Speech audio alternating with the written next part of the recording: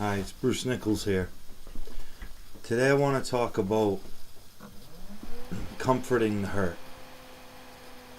I've grown up my whole life with anxiety, depression, paranoia. I was diagnosed with bipolar disorder, anger. I mean, all kinds of emotions that even now swallow me up every now and then. It's only natural. But, I went to jail a couple of months ago for a little over 70 something days or something like that. And all the videos I've posted, all those videos really come from my personal experience, what I've learned from them. I haven't really put anything personal, but my Uncle Dave suggested that I get personal with my audience, with the people that might be inspired with this, and maybe the audience will grow, and maybe everyone that listens and watches will get something more out of it. So I have anger problems. I'm depressed. I'm stressed. I'm worried. I'm homeless. I'm living on my friend's little mattress.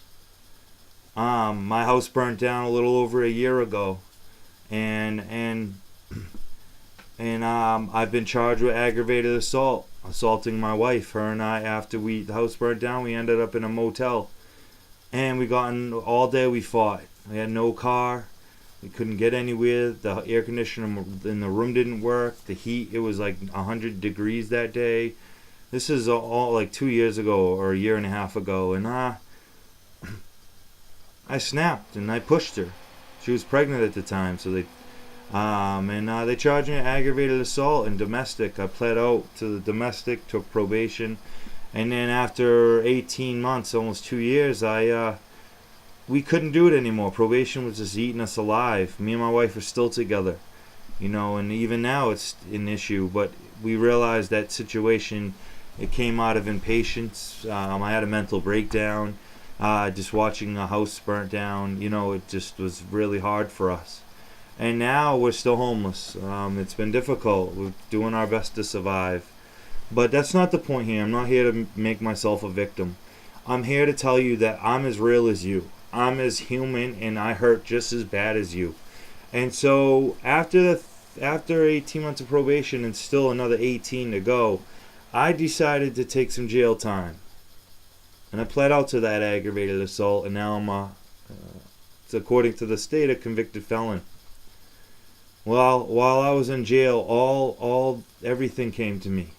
The impatience, the hurt, everything I ever went through, I realized was leading my life. If I got in a fight, it was because I was angry. I was angry at my stepdad. I was angry at my mom. If I lashed out at my wife, which I've done many times, just called her names, it was because I was mad at my mom. I learned a lot in 70-something days in jail. I meditated and prayed a lot.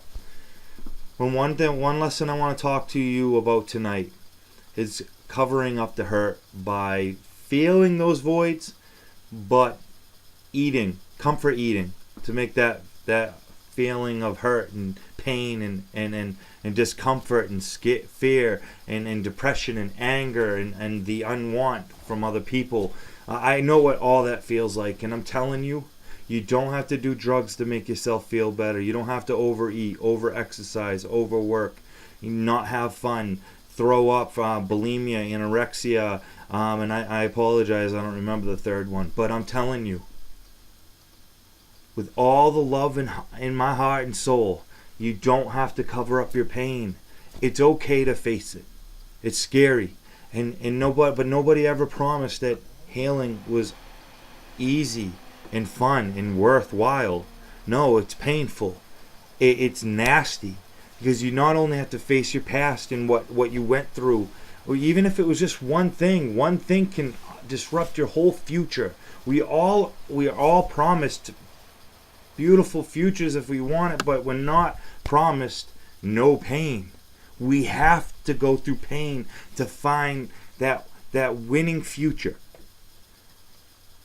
And I'm telling you right now, if you're covering up a void, if you're feeling a hurt, if you're having nonstop sex so you feel better, but if you think about it, after you do all these things to cover up the hurt, you feel worse.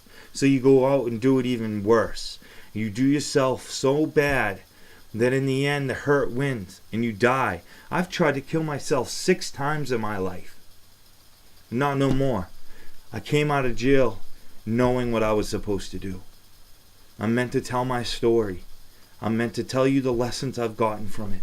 And I'm going to be so fucking honest with you. All right? You're going to shit your bricks. You're going to shit your bricks. You hear that? You're going to shit your pants. Shit your bricks. That's awesome. I'm telling you, you don't have to fill that void. You're going to, by the time you're done, by the time you look at your past and you're hurt now and what you've done to hurt others so you don't get hurt anymore, pushing people away, by the time you realize what you're doing, and I help you, hopefully, God willing, I can help you look at it. You'll look at your life and be like, oh my God, this is why I do this. And then you realize maybe that whatever that was that hurts you, you don't have to do anymore. It's not your fault sometimes. If you were a child and you were 4 years old and you watch your mom get raped, like I've watched my mom get raped. I'm sorry, Mom. I have to tell them this. Okay? If you have a fear, it's not your fault that your mom was raped when she was 4. You understand me?